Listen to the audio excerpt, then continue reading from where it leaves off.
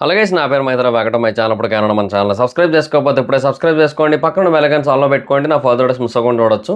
చాలా మంది చూస్తున్నారు కానీ సబ్స్క్రైబ్ చేసుకోవట్లేదు. So please try to subscribe click the bell icon also.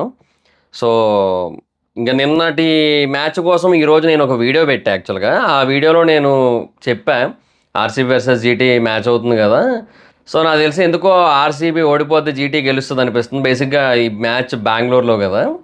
So ఎందుకో కొంచెం అటు ఇటుగా ఉంటుంది సిచ్యువేషన్ అనిపించింది నాకు. అందుకే అలా చెప్పాను. And end of the day అదే జరిగింది. సో బేసిక్గా ఆర్సీబీ హోమ్ గ్రౌండ్ కాకుండా బయట గ్రౌండ్స్లో గెలిచి హోమ్ గ్రౌండ్లో ఓడిపోయింది అనమాట. అంటే ఇంట గెలిచి రచ్చ గెలవమంటారు, వీళ్ళు రచ్చ గెలిచి ఎంట ఓడారు. అఫ్కోర్స్ ఇది ఒక్క మ్యాచే లేండి, ఇంకా తర్వాత మనకి ఇంకా బెంగళూరు హోమ్ గ్రౌండ్లో చిన్నస్వామిలో చాలా మ్యాచెస్ అయితే ఉంటాయి. సో డెఫినెట్గా దాంట్లో ఎక్కడైనా గెలిచే అవకాశం అయితే ఉంటుంది. కాకపోతే ఏంటంటే ఇంకా ఈ ఒక్క మ్యాచ్ ఓడిపోవడం వల్ల వీళ్ళు థర్డ్ పొజిషన్కి వచ్చారు. పంజాబ్ ఫస్ట్ ప్లేస్లో, డీసీ సెకండ్ ప్లేస్లో అయితే ఉంది. And GT in fourth position right no.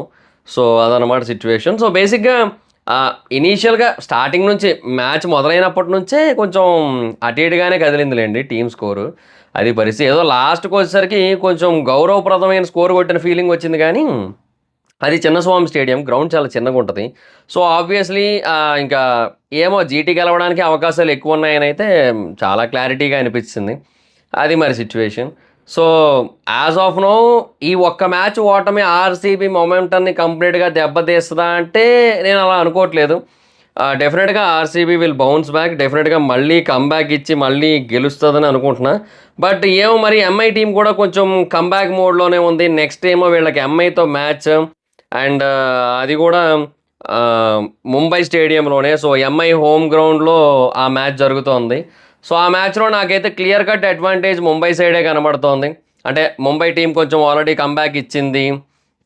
And at the same time వాళ్ళ హోమ్ గ్రౌండ్ అండ్ వాళ్ళ టీం ఎప్పుడూ స్ట్రాంగే. వాళ్ళ దరిద్రం కొద్దీ కొన్నిసార్లు బాగా ఆడలేరు అంతే. ఎందుకో నాకు ఆ మ్యాచ్లో కూడా నాకు ఎందుకో ముంబైయే గెలుస్తుందేమో అనిపిస్తోంది నాకు. లెట్స్ సీ, చూద్దాం ఏంటనేది పరిస్థితి. బట్ ఇంకా ఈ మ్యాచ్ గురించి అయితే మాట్లాడుకుందాం. So literally very good performance by Jos Buttler అని చెప్పొచ్చు. అంటే ఇనీషియల్గా ఎప్పటి నుంచో ఉన్న ఒక పాయింట్ ఏంటి అంటే జాస్ బట్లర్ ఎందుకు ఓపెనర్గా దింపట్లేదు అని. జాస్ బట్లర్ని ఓపెనర్గా దింపితే బాగుండు కదా అని. మేబీ సాయి సుదర్శన్ దింపడం వల్ల కూడా ఎంతో కొంత వర్కౌట్ అవుతూ ఉండొచ్చు. బట్ నన్ను అడిగితే Jos Buttler and Sai Sudharsan దిగినా బెటరేనేమో. శుభ్మన్ గిల్ ఓపెనర్ పొజిషన్కి టూ మచ్ న్యాయం చేస్తున్నాడా అంటే లేదు కదా. సో వస్తున్నాడు, ఏదో కొన్ని షాట్స్ కొడుతున్నాడు, తర్వాత త్వరగా అవుట్ అయిపోతున్నాడు. కొన్ని ఏమంటారు పూర్ షాట్ సెలెక్షన్ అంటారు కదా. సో అలా ఉందన్నమాట తన పొజిషన్. సో త్వరగా అవుట్ అయిపోతున్నాడు, ఎక్కువసేపు ఉండట్లేదు. సో దానివల్ల ఏంటంటే జాస్ బట్లర్కి మళ్ళీ ఆ స్టార్టింగ్ పవర్ ప్లే ఏదైతే 6 ఓవర్స్ మ్యాండేటరీది ఉంటుందో దాంట్లోనే ఆడడానికి అవకాశం అయితే దొరుకుతుంది. అదేదో స్టార్టింగే వచ్చుంటే ఇంకా బెటర్గా ఉంది కదా అనేది నా ఫీలింగ్. అంటే మేబీ గిల్ ఇంకా తనకు అదే సెట్ అవుతుంది, ఎందుకంటే ఫ్రీగా ఆడుకోవచ్చు. ఓన్లీ ఇద్దరు ప్లేయర్సే ఉంటారు బయట అన్నట్టుగా మేబీ తను ఫస్ట్ వస్తున్నాడేమో. Jos Buttler is a responsible hitter, actually responsible. And చాలా డిఫరెంట్ షాట్స్ కూడా ఉంటాయి. ఈరోజు మనం చూసాం ఒక 6. సో అది కూడా ఉంది.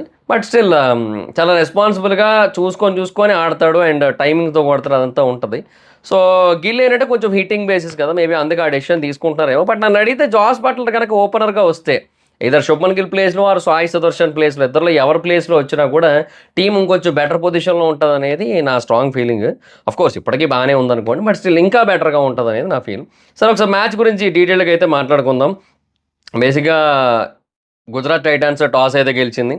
సో బౌలింగ్ ఎంచుకున్నారు ఇనీషియల్గా. వాళ్ళు ఏంటంటే ఇంకా డ్యూ ఫ్యాక్టర్ని కన్సిడర్ చేశారు. సో మేబీ రావచ్చేమో అన్న ఉద్దేశంతో. సో అందుకోసమే ఇంకా బౌలింగ్ అయితే తీసుకున్నారు. అండ్ ఫస్ట్ ఆర్సీబీ వాళ్ళు బ్యాటింగ్ అయితే ఆడారు. సో స్టార్టింగ్లోనే దెబ్బ పడిపోయింది. అంటే సెకండ్ ఓవర్లోనే విరాట్ కోహ్లీ అవుట్ అయిపోయాడు. సో ఇంకా అక్కడే ఇంకా కొంచెం స్కోర్ స్లో అయింది. అంటే ఫిల్ సాల్ట్ నాకు ఫిలిప్ సాల్ట్ అని వస్తుంది నాకు యాక్చువల్గా, అదే ఎప్పుడు అలాగే వచ్చేస్తుంటుంది. ఫిల్ సాల్ట్ కూడా ఇనీషియల్గా చాలా స్లోగా ఆడుతూ వచ్చాడు. అంతకుముందు మ్యాచ్ల్లో తన నుంచి ఏదైతే ఇంటెంట్ కనబడిందో అది కొంచెం మిస్ అయింది. అంటే ట్రై చేశాడు, బట్ కనెక్షన్ మిస్ అయింది. సో అలాగా కొన్ని డాట్స్ అయితే పడ్డాయి ఇనీషియల్గా.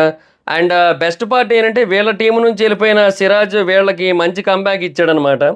4 ఓవర్లకు 18 రన్లు ఇచ్చి 3 వికెట్లు తీశాడు. సో ఫస్ట్ జీటీ వాళ్ళ మ్యాచ్ ఏదైతే ఉందో దాంట్లో సిరాజ్ చాలా ఎక్కువగా రన్స్ అయితే సమర్పించుకున్నాడు. సో అప్పుడు అందరికీ ఒక ఫీలింగ్ కలిగింది ఏంటంటే ఓకే ఆర్సీబీ వాళ్ళు సిరాజ్ను వదిలేయడమే మంచిదైందని చెప్పి. బట్ ఇప్పుడు సిరాజ్ ఆర్సీబీ మీదే రివెంజ్ తీర్చుకున్నట్టు అయిందనమాట. సో అది situation. So Kohli simple catch ఇచ్చి అవుట్ అయిపోయాడు. ఇంకా తర్వాత ఫిలిప్ సాల్ట్ సిరాజ్ దాంట్లో బౌల్డ్ అయిపోయాడు. ముందు బాల్ 6 కొట్టి మరుసటి బాల్కి బౌల్డ్ అయిపోయాడు. తర్వాత ఇంకా పాడికల్ ఇంకా ఫ్రంట్ ఫుట్కి వచ్చి ఆడేద్దాం గట్టిగా ట్రై చేశాడు, అవుట్ అయిపోయాడు. కొంచెం ఇన్ స్వింగ్ అయింది, అవుట్ అయిపోయాడు. ఇంకా తర్వాత కెప్టెన్ రజత్ పతిదార్ కూడా కొంచెం అంటే ఇనీషియల్గా అంత హెవీగా ఇంటెంట్ చూపించకపోయినా ఆడదాం అనుకునే టైంకి అవుట్ అయిపోయాడు అనమాట. 12 balls 12 runs. సో మీకు టాప్ 4 players కూడా ఘోరాతి ఘోరంగా ఫెయిల్ అయ్యారు. మీకు ఇక్కడే మీకు ఏమంటారు వాళ్ళకి వీళ్ళకి డిఫరెన్స్ తెలిసిపోతుంది. వీళ్ళ దాంట్లో ఓన్లీ ఆ టాప్ 4 players అంటే విత్ ఇంపాక్ట్ ప్లేయర్. బట్ ఆ 4 players మ్యాచ్ని ముగించేస్తే వీళ్ళ దాంట్లో టాప్ 4 players కలిసి కొట్టిన స్కోర్ ఎంత అయ్యా అంటే 23 and 37 runs కొట్టారు అంతే మొత్తం కలిపి. ఈ 37 runs కొట్టడానికి వాళ్ళు తీసుకున్న బాల్స్ ఎన్ని 34 balls. చాలా బ్యాడ్గా ఆడినట్టే కదా. సో అది అనేది ఇప్పుడు ఈ టీం ఈ మ్యాచ్ ఓడిపోవడానికి ఇదే major reason. So first 4 players ఎప్పుడైతే ఇంత బ్యాడ్ పర్ఫార్మెన్స్ ఇస్తారో ఇంకా ఆ తర్వాత వాళ్ళ మీద ప్రెషర్ ఎక్కువ పడుతుంది. సో అందుకే లివింగ్స్టన్ కానీ జితేష్ శర్మ కానీ కొంచెం వికెట్లు పడకుండా కాపాడుకుంటూ ఏదో అట్లా మన నడిపించారు కొద్దిసేపు వరకు. ఆ తర్వాత ఒక పర్టికులర్ స్టేజ్కి వచ్చేసరికి లివింగ్స్టన్ కొంచెం హిట్టింగ్ స్టార్ట్ చేశాడు. బట్ మళ్ళీ మధ్యలో డిఫెన్సివ్ మోడ్లోకి వెళ్ళి మళ్ళీ హిట్టింగ్ కొట్టి అట్లా చేశాడు. మొత్తానికి ఒక 4-5 సిక్సర్లతో హాఫ్ సెంచరీ అయితే చేశాడు. మళ్ళీ సిరాజ్ బౌలింగ్లో అవుట్ అయిపోయాడు. అండ్ యాక్చువల్గా ఇంక ఎంపైర్ కొంచెం కన్ఫ్యూజన్ స్టేట్లో ఉన్నప్పుడు తనే ఇంకా వాకౌట్ అంటే అది అవుట్ అని తెలిసి ఇంకా సో కొంచెం జెన్యున్గా వెంటనే వెళ్ళిపోయాడు అనమాట. సో అలాగా వికెట్ అయితే పడింది. అప్పటికి వీళ్ళకి రివ్యూస్ కూడా లేవు. ఒకవేళ ఎంపైర్ ఇవ్వకపోయి ఉంటే ఇంకేం లేదు, ఇంకా అది నాట్అవుట్ కిందకే వస్తుంది కదా యాక్చువల్గా. సో అది బట్ లివింగ్స్టన్ అయితే అవుట్ తీసుకొని వెళ్ళిపోయాడు. జితేష్ శర్మ 21 balls 33. వీళ్ళ పార్ట్నర్షిప్ కొద్దిగా బెటర్ 38 balls 52 runs వచ్చాయి. బట్ అది కూడా స్లోగా కొట్టినట్టే కదా, మనం అది కూడా కన్సిడర్ చేయాలి.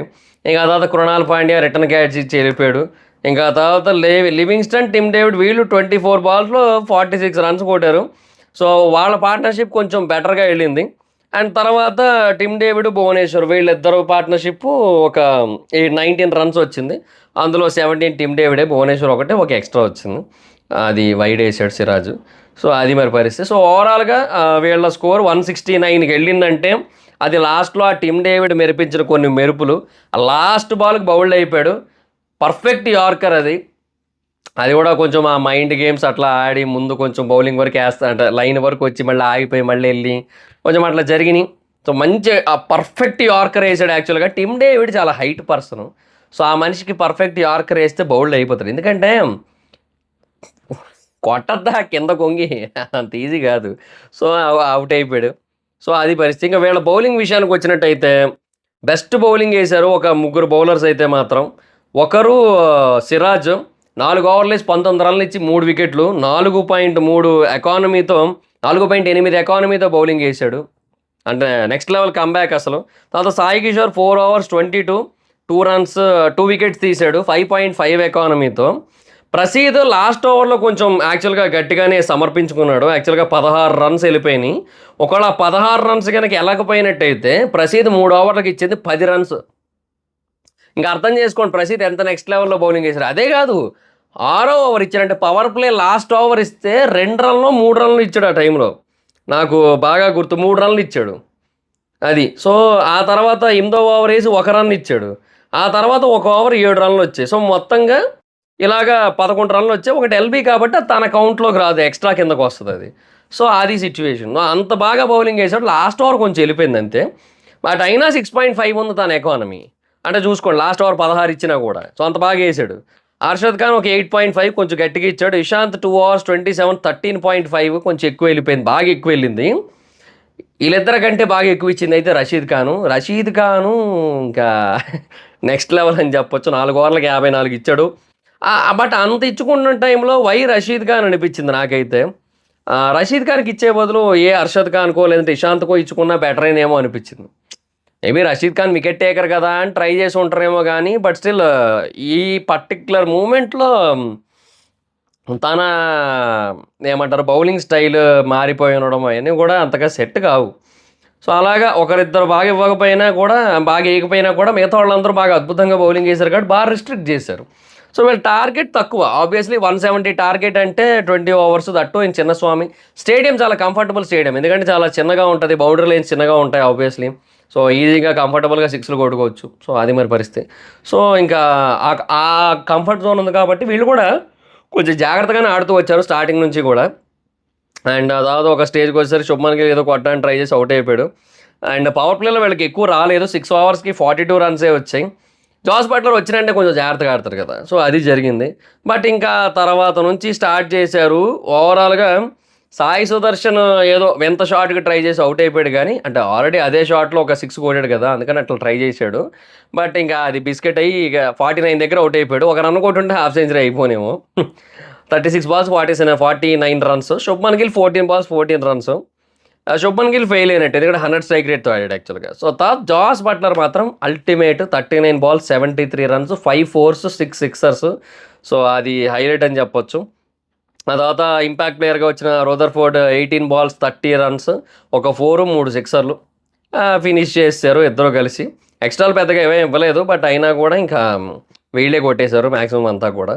సో ఇంకా 2.1 ఓవర్స్ మిగిలి ఉండగానే 170 రన్స్ టార్గెట్ని అయితే చేశారు. ఇంకా తర్వాత కూడా మంచి బ్యాటింగ్ లైనప్ ఉంది యాక్చువల్గా. షారుఖ్ ఖాన్, రాహుల్ టెవాటియా, అర్షద్ ఖాన్, రషీద్ ఖాన్ కూడా ఆడగలుగుతాడు. సో వీళ్ళ వరకు బ్యాట్స్మెన్స్ ఉన్నారు యాక్చువల్గా. So good. వీళ్ళ దాంట్లో బాగా బౌలింగ్ వేసింది ఎవరై అంటే భువనేశ్వర్ కుమార్. 4 ఓవర్లు వేసి 23 రన్లు ఇచ్చి ఒక వికెట్ తీసాడు 5.8 ఎకానమీతో. సో తను బేసిక్గా స్టార్టింగ్ నుంచి బాగా వేస్తూ వచ్చాడు. హేజల్వుడ్ స్టార్టింగ్లో బాగా బౌలింగ్ వేసాడు, బట్ లాస్ట్ 2 ఓవర్లు గట్టిగా తగిలేసాయి అనమాట. అది వచ్చిన ప్రాబ్లమ్. సో దానివల్ల 3.5 ఓవర్స్లో 43 రన్స్కి ఒక వికెట్ అయింది. 11.2 ఎకానమీతో ఇచ్చాడు. బ్యాడ్. ఎస్దేయాల్ 3 ఓవర్లకి 20 రన్లు ఇచ్చాడు. So 6.7 runs economy. సో తను బాగా బౌలింగ్ వేసాడు. But Rasikh Dar Salam 3 overs 35, Krunal Pandya 3 overs 34, Livingstone 1 over 12. అందరూ కూడా కొంచెం సమర్పించుకున్నారు గట్టిగాని. సో వీళ్ళ పార్ట్నర్షిప్స్ అవి కూడా చాలా బాగున్నాయి. సో చాలా సాలిడ్ ఏమంటారు పార్ట్నర్షిప్ బిల్డింగ్ ఉంది. అండ్ స్ట్రైక్ రొటేటింగ్ ఉంది. మంచి షాట్స్ ఉన్నాయి. యాక్చువల్గా జాస్ బట్లర్ కీపర్గా కొన్ని మిస్టేక్స్ అవి చేసి క్యాచ్లు అవి వదిలేసినప్పటికీ కూడా యాజ్ అ కీపర్గా బ్యాడ్ డే ఉన్నప్పటికీ యాజ్ అ బ్యాట్స్మెన్గా మాత్రం ఇట్స్ అ ఫ్యాంటాస్టిక్ డే అని చెప్పొచ్చు. బట్ తనకి రాలేదు ఏమంటారు man of the match, player of the match. Mohammed సిరాజ్కి అయితే వచ్చింది. ఎందుకంటే 3 టాప్ వికెట్స్ అయితే తీసాడు కదా. సో మనకి సాల్ట్ కానీ, పాడికల్ కానీ, లివింగ్స్టన్ కానీ ముగ్గురు కూడా టాప్ ఆర్డర్ బ్యాట్స్మెన్స్. అండ్ వాళ్ళది బ్యాటింగ్ స్టైల్ చాలా హెవీగా ఉంటుంది. అంటే హెవీ షాట్స్ అవి కొడతా ఉంటారు కదా. సో ఆబ్వియస్లీ అలాంటి ప్లేయర్స్ వికెట్లు తీసాడు. అండ్ ఎకానమీ కూడా చాలా తక్కువ, 4 overs 19 రన్స్ అంటే very very good economy. So ఇవన్నీ ఉన్నాయి కాబట్టి Mohammed Siraj got the man of the match అనమాట. సో అలాగా ఆర్సీబీ వాళ్ళకి మొట్టమొదటి ఓటమి అయితే వచ్చింది. సో అది కూడా వాళ్ళ హోమ్ గ్రౌండ్లో వచ్చింది. సో జీటీ వాళ్ళకి వరుసగా 2వ విజయం వచ్చింది. సో నెక్స్ట్ వాళ్ళది ఎస్ఆర్హెచ్ వాళ్ళతో మ్యాచ్ ఉంది. అది కూడా హైదరాబాద్లో ఉంది. బట్ ఏమో చూడాలి మరి. బట్ నాకెందుకో ఆ మ్యాచ్ ఎస్ఆర్హెచ్ గెలుస్తుంది అనిపిస్తుంది. సో ఆర్సీబీ వాళ్ళు నెక్స్ట్ మ్యాచ్ ఏమో ముంబైతో, అది నాకు ఎందుకో ముంబై గెలుస్తుంది అనిపిస్తుంది. జీటీ వాళ్ళు నెక్స్ట్ మ్యాచ్ ఎస్ఆర్హెచ్, అది ఎస్ఆర్హెచ్ గెలుస్తుంది అనిపిస్తుంది. సో చూద్దాం మరి ఇంకా. అండ్ రేపటి మ్యాచ్ కోసం మనం మాట్లాడుకోవాలి కదా ఎలాగా. వీళ్ళ మ్యాచ్లు ఓకే. రేపు మ్యాచ్ ఎవరెవరిదంటే KKR and SRH. And that కూడా జరుగుతున్నది కోల్కతాలో. అండ్ కోల్కతాలో నాకు ఎందుకో ఎస్ఆర్హెచ్ బ్యాట్స్మెన్స్ బాగా ఉతుకుతారనిపిస్తుంది. So I think SRH will win the match. And GT versus ఎస్ఆర్హెచ్లో నాకు ఎందుకో దర్ ఇస్ ఎ డౌట్. యాక్చువల్గా ఎస్ఆర్హెచ్ని 100% చెప్పలేకపోతున్నా. అంటే అట్లీస్ట్ ఒక 51% కూడా చెప్పలేకపోతున్నా. సో జీటీ 50, ఎస్ఆర్హెచ్ 50 అని ఉంది. మేబీ జీటీ కూడా గెలవచ్చు యాక్చువల్గా. జీటీ గెలవడానికి ఎక్కువ ఛాన్సెస్ కూడా ఉన్నాయేమో వాళ్ళ లైనప్ అదంతా కూడా చూస్తుంటే. బట్ ఏమో ఎస్ఆర్హెచ్ని కంట్రోల్ చేస్తే దే విల్ సక్సీడ్. ఎస్ఆర్హెచ్ని కంట్రోల్ చేయలేకపోయినట్టయితే వాళ్ళు ఫెయిల్ అవుతారు అంతే. అది మరి. సో చూద్దాం. సో అది గైస్, ఇది ఈరోజు మ్యాచ్ పరిస్థితి. సో మీకు ఎలా అనిపించింది ఈరోజు మ్యాచ్ రిజల్ట్? మీ ఒపీనియన్ ఏంటనేది కింద కామెంట్ సెక్షన్లో చెప్పండి. So that's guys, this the video కనుక మీకు నచ్చినట్టయితే లైక్ చేయండి, వీడియో షేర్ చేయండి. ఇప్పుడు కారణం మన ఛానల్ సబ్స్క్రైబ్ చేసుకోకపోతే ఇప్పుడే సబ్స్క్రైబ్ చేసుకోండి. పక్కన బెల్ ఐకాన్ ఆల్లో పెట్టుకోండి. నా ఫర్దర్ డేస్ మిస్ అకౌంట్ చూడొచ్చు. చాలా మంది చూస్తున్నారు కానీ సబ్స్క్రైబ్ చేసుకోవట్లేదు. So please try to subscribe, click the bell icon also. నా ఇన్స్టాగ్రామ్ ఐడి అవసరం అయితే అక్కడ వచ్చి ఫాలో అవచ్చు. Thank you so much. Bye. Video next video. Bye. Hi friends, మీరు ఎప్పుడైనా సరే రూ. 5,000 ప్రొడక్ట్ రూ. 250కి రావడాన్ని గమనించారా? లేదు కదా! కానీ అమెజాన్, ఫ్లిప్‌కార్ట్ లాంటి కంపెనీస్ ఏం చేస్తూ ఉంటాయంటే కొన్ని గోల్డెన్ హవర్స్ టైమ్‌లో మెగా డీల్స్ ఇస్తూ ఉంటాయి. ఆ డీల్స్ టైమ్‌లో ఒక్కొక్క ప్రొడక్ట్ మీద 90% నుంచి 95% వరకు డిస్కౌంట్ అయితే ఉంటుంది.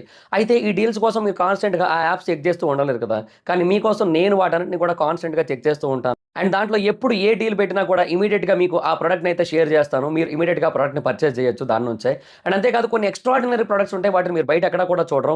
వాటి గురించి కూడా నేను మీకు షేర్ చేస్తాను. మీరు సింపుల్‌గా చేయాల్సింది ఒకటే, కింద డిస్క్రిప్షన్‌లో మన టెలిగ్రామ్ ఛానల్ లింక్, మన వాట్సాప్ ఛానల్ లింక్, మన ఇన్‌స్టా బ్రాడ్‌కాస్ట్ ఛానల్ లింక్ ఉంటాయి. వీటిలో మీరు ఏ యాప్ ఎక్కువగా వాడతారో ఆ యాప్‌కి సంబంధించిన లింక్ మీద క్లిక్ చేసి, ఆ యాప్‌లో ఉన్న మన ఛానల్‌ని ఫాలో అవ్వండి. దాంట్లో రెగ్యులర్‌గా చాలా ప్రొడక్ట్స్ అయితే మీకు అప్డేట్ అవుతూ ఉంటాయి. అండ్ ఆ ప్రొడక్ట్స్‌లో మీకు ఏది నచ్చినట్టయితే దాన్ని మీరు కొనుగోలు చేయొచ్చు వెంటనే. సో, డిస్క్రిప్షన్‌లో లింక్స్ ఉన్నాయి. వెంటనే ఫాలో అవ్వండి.